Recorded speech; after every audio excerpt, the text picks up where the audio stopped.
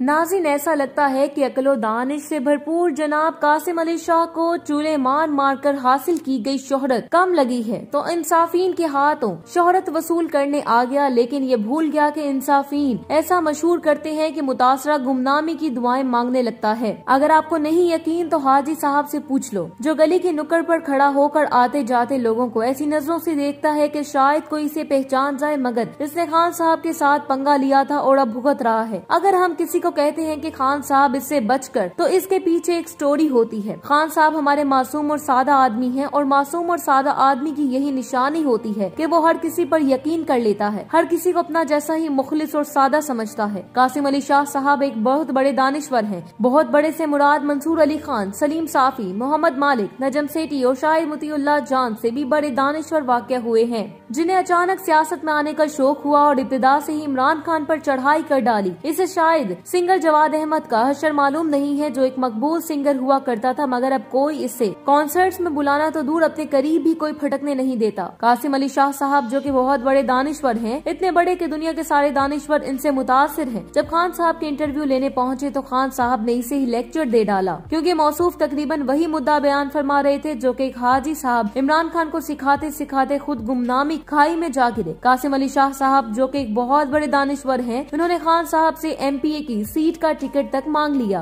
खान बहुत ज़ीरक आदमी है, हमारी सोच है जितना वो इन लोगों को समझाता है। खान सादा होता तो इसे फौरन हाँ कर देता टिकट के लिए, लेकिन इसने ऐसे ही गंदा किया कि दानिश्वर तो हो जान पहचान किसी इलाके में है। अब जाहिर है कासिम अली शाह साहब एक बहुत बड़े दानिश्वर तो है, लेकिन इन्हें कोई ऐसा हल्का ही नजर नहीं आया जिधर लोग इसे संजीदा लें। अब इसमें तो खान साहब की कोई गलती नहीं है ना कि जनाब खान साहब अब पहले जैसे नहीं रहे। गुज़िश्ता 4 साल में बहुत कुछ सीख लिया है। इमरान खान ने अब इतनी आसानी से वो किसी चाल में नहीं फंस सकते। खान मुखलिस है, सादा नहीं। खान दूर अंदेश भी है, लेकिन खान की कमजोरी है वो किसी की दिल आजारी नहीं करना चाहता। नहीं तो खान से ज्यादा सियाना इस वक्त पाकिस्तानी सियासत में कोई नहीं। मैं 2 दिन पहले कासिम अली शाह के हवाले से बताता था कि इंसाफियों इसको इतना घास मत डालो, ये फैसल वफदा पार्ट नंबर 2 है। कुछ इंसाफी इसको बहुत सीरियस लेने लग गए थे। याद रखना खलीलुर रहमान कमर भी दूसरा फैसल वफदा है। ऐसे जोकड़ों को सीरियस लेने की जरूरत नहीं। कासिम अली शाह साहब इंसाफीन से पंगा नहीं लेता था। आप लोगों को सबक पढ़ाते हैं और इंसाफीन लोगों को सबक सिखाते हैं। न्यूट्रल ने सोच समझ के बाद इसको उतारा। इसकी अपनी कारकर्दगी चेक करें, जजों जर्नलों को इसने पढ़ाया, इनकी काबिलियत भी देख लें। इंसाफी बड़े शरारती हो, एक रात में ही तब्दीली कर दी। कासिम अली शाह को कायम अली शाह बना डाला। तालियां तो होनी चाहिए। अच्छा, एक किस्सा कैसे शुरू हुआ इसकी जरा सी तफसील बताते हैं, फिर बात करते हैं। कासिम अली शाह साहब जो कि एक बहुत बड़े दानिश्वर हैं, इन्होंने इमरान खान से अपने इंटरव्यू में सवाल किया कि खान साहब आप जरदारी और नवाज शरीफ को माफ करके मुल्क और कौम पर तवज्जो दें। इससे पहले कि इसके बड़े दानिश्वर ने खान साहब से पूछा था कि जनाब आपकी नजर में बड़ा लीडर कौन है, जिस पर इमरान खान ने वही जवाब दिया कि जो इनकी तकरीरों में भी पाया जाता है कि कायनात के सबसे बड़े लीडर हमारे प्यारे नबी करीम सल्लल्लाहु अलैहि वसल्लम है। जिसके बाद कासिम अली शाह ने इस नुक्ते को चोरों की दलाली के लिए इस्तेमाल करने की कोशिश की, ये कहकर कि खान साहब हमारे प्यारे नबी करीम सल्लल्लाहु अलैहि वसल्लम ने तो फतह मक्का के बाद आम माफी का ऐलान किया था, आप भी इस नक्शे कदम पर चल कर इन चोरों को माफ कर दें। जिस पर इमरान खान ने कहा कि वो बात तो ठीक है, लेकिन हमारे नबी ने चोरी को माफ नहीं किया, बल्कि एक वाज़ेह असूल वज़ा किया कि मेरी बेटी भी चोरी करे तो इसकी भी वही सजा होगी जो एक चोर की होती है। जिस पर कासिम अली शाह साहब जो कि एक बहुत बड़े दानिश्वर हैं बिगड़ गए, क्योंकि इन्हें जो स्क्रिप्ट दिया गया था इमरान खान इस चाल में फंसे नहीं। फिर बहुत बड़े दानिश्वर जनाब कासिम अली शाह साहब ने एक और चैनल को इंटरव्यू दिया, जिसमें इन्होंने शहबाज शरीफ और परवेज इलाही की तो तारीफ की, लेकिन इमरान खान पर तनकीद की। कासिम अली शाह साहब जो कि एक बहुत बड़े दानिश्वर हैं, फरमाते हैं कि मैंने शहबाज शरीफ के रवैये में लचक देखी, परवेज इलाही में मतानत देखी और इमरान खान के रवैये में अकड़ देखी। हालांकि लोहार खानदान के बारे में मशहूर है कि जब इक्तदार में हो तो गरिबान पकड़ते हैं, मुसीबत में हो तो पाँव पकड़ते हैं। अच्छा जी, ये अकड़ नहीं असूल कहलाते हैं। दानिश्वर साहब जो बंदा बुरा करे इसको बुरा कहें, इसमें अकड़ना कैसा? क्या हमें इस्लाम ये हुक्म देता है कि चोरों के साथ इसलिए मुफाहमत करो क्योंकि वो बहुत अमीर होते हैं और पैसा लूट कर मुल्क को तबाह बर्बाद करते हैं, ताकि तुम भी इन्हीं के सफों में शामिल हो जाओ? या यूरोप और अमेरिका जिनकी मिसालें दे देकर कासिम अली शाह साहब इमरान खान को कन्विंस करने की कोशिश कर रहे थे कि चोरों को खुली छूट दे दो। जनाब बहुत बड़े दानिश्वर साहब पाकिस्तान का विजिट करने से पहले किसी भी तरक्की याफ्ता मुल्क का विजिट करें और इन चोरों से मुतल्लिक कवानीन का मुआवजा इन गरीब और बर्बाद ममालिक के साथ करें जिनमें पाकिस्तान भी शामिल है। इससे तो पता चल जाएगा कि जिस कौम में अमीर के लिए अलग और गरीब आदमी के लिए अलग कानून हो वो कौम बर्बाद होती जाती है। लेकिन ये बात आप आपके इस गंजे सर के पीछे भूस बड़े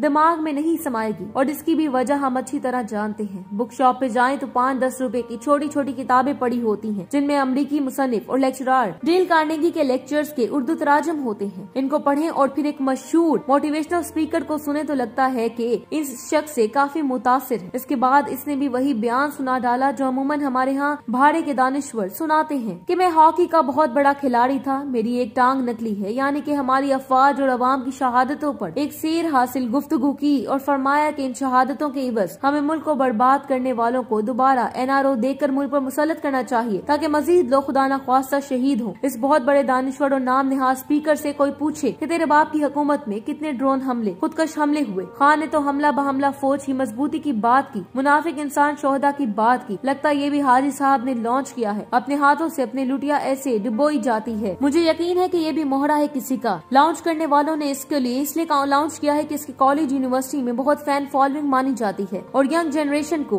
डिट्रैक्ट करने के लिए गेम कर रहा है। इसका काम है खान साहब के इमेज को न्यू जनरेशन में खराब करना। लेकिन ये बात भी तय है कि वो यूथ करती अपनी मर्जी है और खान साहब की दीवानी है। अमल से जिंदगी बनती है, जन्नत भी जहन्नुम भी। अमल से जिंदगी बनती है, जन्नत भी जहन्नुम भी। ये खाकी अपनी फितरत में न नूरी है न नारी है। महसूस होता है कि कासिम अली शाह साहब को भी किसी ने बंद कमरे में गद्दार और मुहिब वतन का सबक पढ़ाया है। अगर तमाम फैसले क़यामत को ही होने हैं तो जेलें बंद कर दें और अदालतों को ताले लगा दें। ये सब सिर्फ गरीब के लिए ही क्यों? कासिम अली शाह जो 3 लाख रुपए लेकर लेक्चर देगा वो उस्ताद नहीं हो सकता। कुछ लोग मुझ पर बातें कसने लगे थे। आज पता चला कि ड्रामा क्या है। ये किस प्लान के तहत आया था। करोड़ों फॉलोअर्स इमरान खान के हैं और ये इसके लेक्चर देने लगा था। कोई बंदा भी इसकी तस्वीरें मत लगाए। हम जिस चीज को खुद पसंद नहीं करते वो दूसरों के लिए भी नहीं कर सकते। अलीबास कासिम अली शाह का बेस्ट फ्रेंड जाके सपोर्ट करते हुए कासिम अली शाह ने बहुत सी लड़कियों को झूठा करार दिया, इन पर इल्जाम लगवाए और इनको मुल्क छोड़ने पर मजबूर किया। सलवा मोइन वो बहादुर खातून थी जिसने सबसे पहले इस पर आवाज उठाई, लेकिन इस वक्त ये यूथ कासिम अली शाह में मोहब्बत में मुब्तला थी। मैं तब भी इसके खिलाफ खड़ा हुआ था। सलवा मोइन आजकल कुवैत में है, जिसको इस गैंग ने